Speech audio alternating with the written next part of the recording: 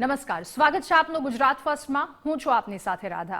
બુલેટિનમાં સૌથી મહત્વના સમાચાર પર વાત કરીશું। કોલકાતાની આરજી કર મેડિકલ કોલેજમાં તાલીમાર્થી ડોક્ટરની બળાત્કાર અને એના હત્યાના વિરોધમાં પ્રદર્શન ગુરુવારે રાત્રે વધુ હિંસક બન્યું।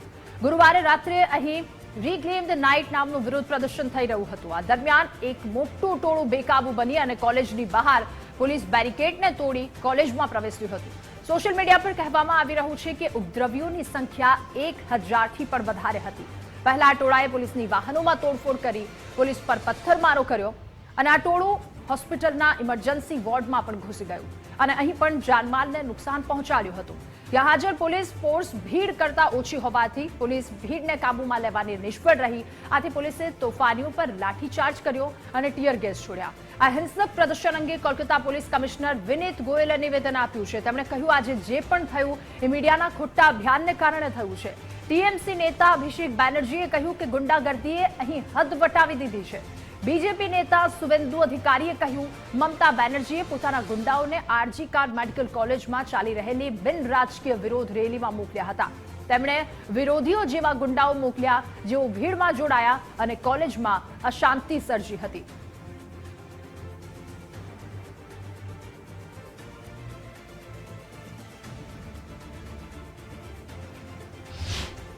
कर रही है, स्ट्रगल कर रहे हैं, उनके समर्थन में हम भी किया था, हम भी गया था, मिडनाइट में गया था।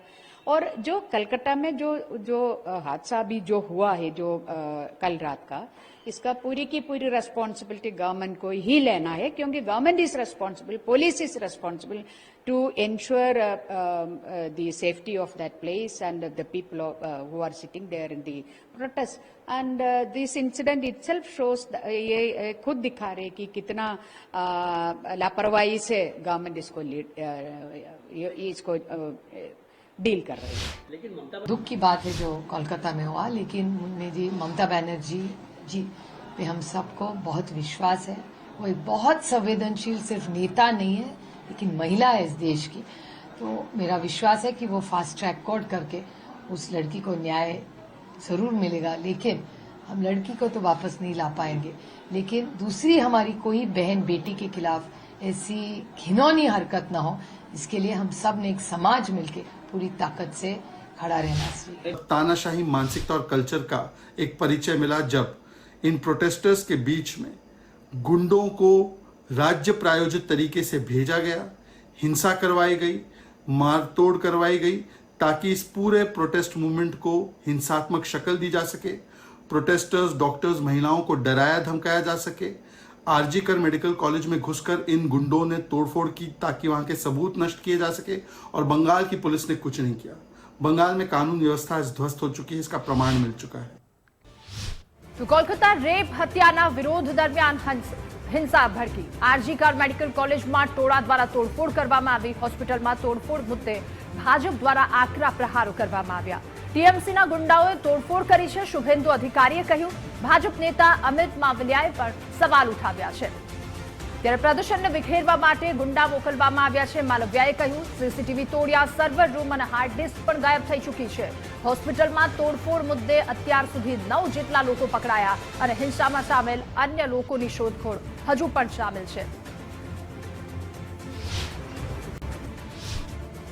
કોલકાતા રેપ અને હત્યા કેસમાં તપાસ વધુ તેજ કરી દેવામાં આવી છે। સીબીઆઈની ટીમ દ્વારા મેડિકલ હોસ્પિટલમાં તપાસ કરવામાં આવી।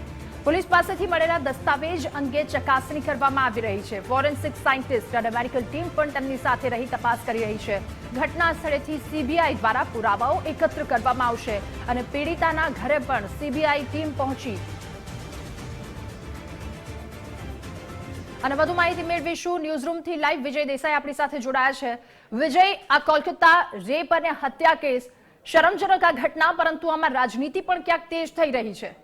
બિલકુલ, દેશને શર્મસાર કરતી આ ઘટનાની અંદર હવે માત્ર રાજનીતિ વધારે જોવા મળી રહી હોય તે પ્રકારના જે દ્રશ્યો કોલકાતાથી આપણને મળે છે। કારણ કે ઘટના હતી 9 ઓગસ્ટના મોડી રાત્રે કોલકાતાની આરજી કર મેડિકલ હોસ્પિટલની અંદર એક રૂમમાંથી જે મહિલા તબીબ છે ઇન્ટર્ન, તેમની ડેડ બોડી મળી આવી હતી ને ત્યારબાદ તેમની સાથે કંઈક અજુગતું થયાની જે માહિતી મળ્યા બાદ તપાસમાં એ સામે આવ્યું કે તેમની સાથે રેપ થયો છે ને ત્યારબાદ તેમની હત્યા કરી દેવામાં આવી છે। જો કે આ ઘટનાની અંદર 12 કલાકની અંદર પોલીસે એક આરોપીની ધરપકડ પણ કરી, પરંતુ ત્યારબાદ આ સમગ્ર મુદ્દાને લઈને મહિલાઓની સુરક્ષાને લઈને એક પ્રકારે રાજકારણ શરૂ થયું અને ત્યારબાદ વર્તમાન રાજકીય સરકાર છે તેની સામે માછલા ધોવાવાનું શરૂ થતાં આખરે આ કેસ હાઈકોર્ટ સુધી પહોંચ્યો અને હાઈકોર્ટે સીબીઆઈને સમગ્ર કેસની તપાસ સોંપી દીધી।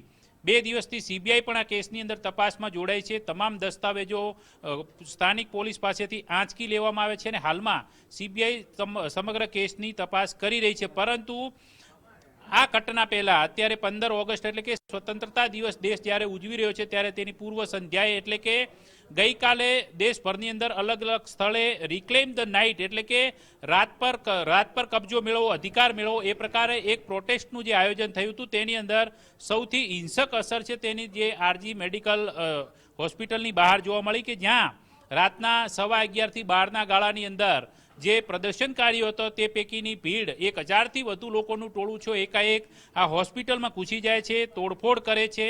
જે ઘટના બની હતી તે ઘટના સ્થળની આસપાસ તોડફોડ કરવામાં આવી છે એટલે કે ત્યાંથી અત્યારે સીબીઆઈ અને ફોરેન્સિક ટીમ દ્વારા જે પુરાવાઓ લેવાની ચકાસણી કરવાની હતી તે ઘટના સ્થળ પર તોડફોડ થઈ અને આસપાસના તમામ જે મેડિકલ સાધનો છે, ઇમરજન્સી વોર્ડ છે તે પણ તોડી નાખવામાં આવ્યો છે। એટલે કે હવે આ ઘટનાને લઈને પણ રાજકારણ સક્રિય થયું છે। રાજકીય જે પ્રતિક્રિયાઓ છે તે તેજ બની છે કારણ કે આની અંદર ભારતીય જનતા પાર્ટી દ્વારા સીધી રીતે આરોપ લગાવવામાં આવ્યો છે કે આ હિંસા પાછળ ટીએમસીના ગુંડા જવાબદાર છે કારણ કે ટીએમસી અને વર્તમાન સરકાર છે આરોપીઓને બચાવવા માંગે છે અને આ પ્રકારે પ્રદર્શનને કચડવા માટે તેની જ ભીડ એક ટ્રકની અંદર 40 લોકોને લાવવામાં આવ્યા અને ત્યારબાદ આ રીતે ટોળાની અંદર ઘૂસી જઈ પ્રથમ તો સૂત્રોચ્ચાર કરાવ્યા અને ત્યારબાદ આ રીતે હિંસક સ્વરૂપ પ્રદર્શનકારીઓનું દેખાય તે માટે થઈને ટોળામાંથી જ લોકોએ તોડફોડ કરીને ત્યારબાદ તે લોકો ફરાર થઈ ગયા, જેની અંદર ટીએમસીના નેતાઓ જવાબદાર હોવાનો ભારતીય જનતા પાર્ટીએ આરોપ લગાવ્યો છે। તો બીજી તરફ ટીએમસીના રાષ્ટ્રીય મહાસચિવ અભિષેક બેનર્જીએ પણ આ મુદ્દે કહ્યું છે કે આ ગુંડાગીર્દીએ હવે હદ વટાવી છે, તેમનો આડકતરો નિશાન છે તે ભારતીય જનતા પાર્ટી પર હતો। તેમણે કહ્યું છે કે આ અંગે મેં કોલકાતાના પોલીસ કમિશનર સાથે વાતચીત કરીને આ ઘટના અંગે બને તેટલા કડક પગલાં લેવા, કોઈ પણ પક્ષનો વ્યક્તિ કેમ ન હોય તેની સામે કડક હાથે કાર્યવાહી લેવા માટે સૂચના આપી છે। પરંતુ અત્યાર સુધીમાં આજે તોડફોડ અને હિંસા મુદ્દે 9 લોકોની ધરપકડ કરવામાં આવી છે, પરંતુ હાલ સીબીઆઈની ટીમ છે તે પણ જે પીડિતાનું ઘર છે ત્યાં પહોંચી છે, ત્યાંથી નિવેદન લેવાની પ્રક્રિયા છે તે પણ ચાલી રહી છે। અગાઉ થોડીવાર પહેલા જ સીબીઆઈની ટીમ દ્વારા છે જે પોલીસ દ્વારા મળેલા જે તમામ દસ્તાવેજો છે તે દસ્તાવેજોની ચકાસણી કરી હતી ને ત્યારબાદ તેની સાથે જે ફોરેન્સિક અને મેડિકલ એક્સપર્ટની ટીમ છે તે દિલ્હીથી આવી છે તેને સાથે રાખીને હવે સ્થળ પર પણ તપાસ કરવામાં આવશે। પરંતુ સ્થળ પર જે પુરાવા કહી શકાય તેવા પુરાવાના આસપાસ નાશ થયો હોય તે પ્રકારના દ્રશ્યો ગઈકાલની હિંસા બાદથી આવી રહ્યા છે એટલે કે હવે પુરાવા કઈ રીતના એકત્રિત કરાય છે તેને લઈને પણ રાજકીય ટિપ્પણીઓ થઈ રહી છે।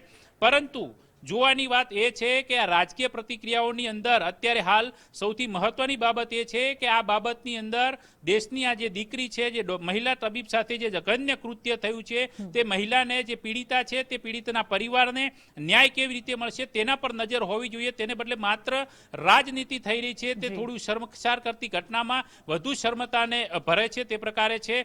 જો કે આ મુદ્દાને લઈને એક તરફ વડાપ્રધાને પણ લાલ કિલ્લા પરથી આહવાન કર્યું છે કે મહિલાઓ પર થતા અત્યાચારના મુદ્દે દેશવાસીઓએ એક થવાની જરૂર છે।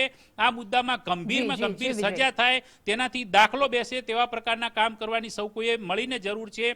એટલે હવે લાલ કિલ્લાથી પણ આહવાન થયું છે કે મહિલાને લગતા જઘન્ય અપરાધો છે તે અપરાધો મુદ્દે યોગ્ય કાર્યવાહી, ઠોસ કાર્યવાહી થવી જોઈએ, ચાહે સરકાર કોઈ પણ કેમ ન હોય।